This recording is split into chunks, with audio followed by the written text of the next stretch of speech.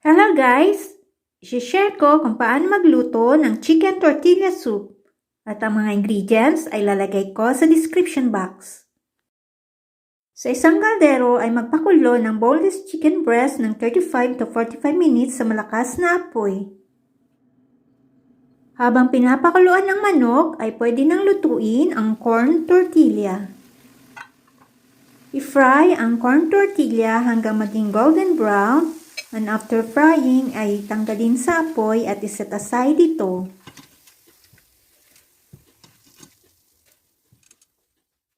After 45 minutes na pagpapakulo sa chicken ay tanggalin at isred ito.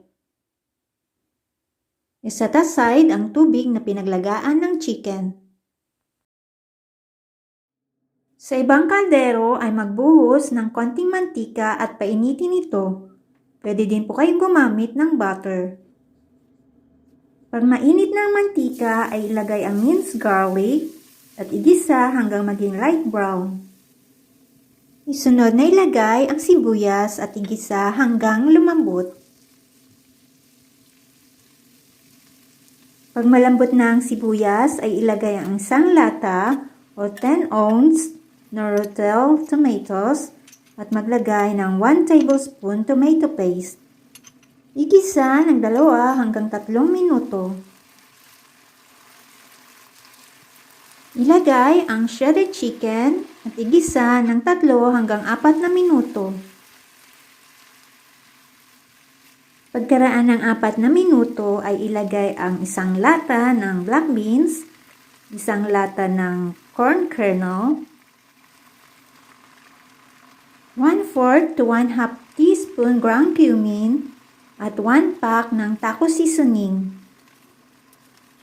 Haluin at patuloy na igisa ng 1 minuto. Pagkaraan ng 1 minuto na paggigisa ay ibuhos ang 5 cups na chicken broth. I-mix ito at pakuluin ng 7 minuto. At haluin paminsan-minsan para hindi masunog ang ilalim nito.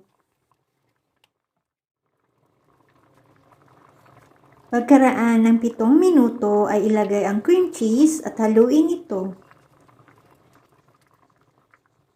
Ilagay ang huling ingredients na cheddar cheese or Piazza blend cheese. Patuloy na lutuin hanggang ang lahat ng cheese ay matunaw.